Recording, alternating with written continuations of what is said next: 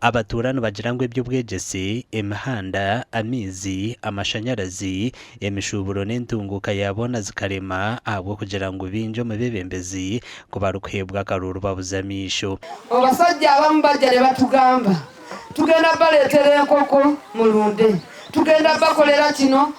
naye teri na kimu kyali kituukiridde obulimba bususse mu bantu abeesimbawo gamba tusomesa abaana tubasomesa abakulembeze ne balina amatugamba bw'amala ey'okuna nze ngenda kumwongerayo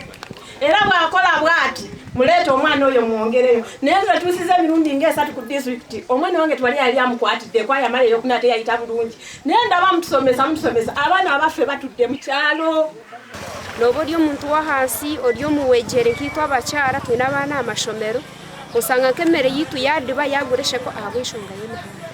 aha habireho n'ebindi bitiiso ebyokubaganisamo ebyaro bitari bimwe na bimwe ngo babase kwetongora na n'okwekorra entunguuke yabyo. However ne waliwo ebyalo byaffe kati ugeza nga mu tawuni Kokisi erimu abantu abagenda mu 10 mba mujja kutuna ndowooza emirundi nga 6 tusaba n'ekyo nakyo muteeka under consideration ebyalo byageze nnyo twade tusaba nti nga banga wakyali akadde tusobole ku bisecting ebyalo bino irrigation mwentu antwenda erosi tu bacho mefeka nkabibiri tubase kutunga obwebembezi obushire erosi yitu yakasambya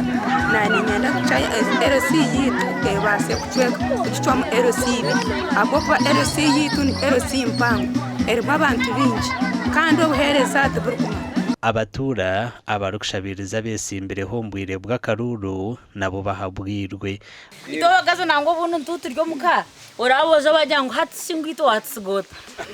baharagata maraka bakumanyisa ki ngwiro twe hato bo bwayakira shingira kumoka runywa kasoda nubwo wanywe nguto nubwo wanywirwa ro nubwo wanywishomero rungi amakuru agagasha kwa Sandeke William.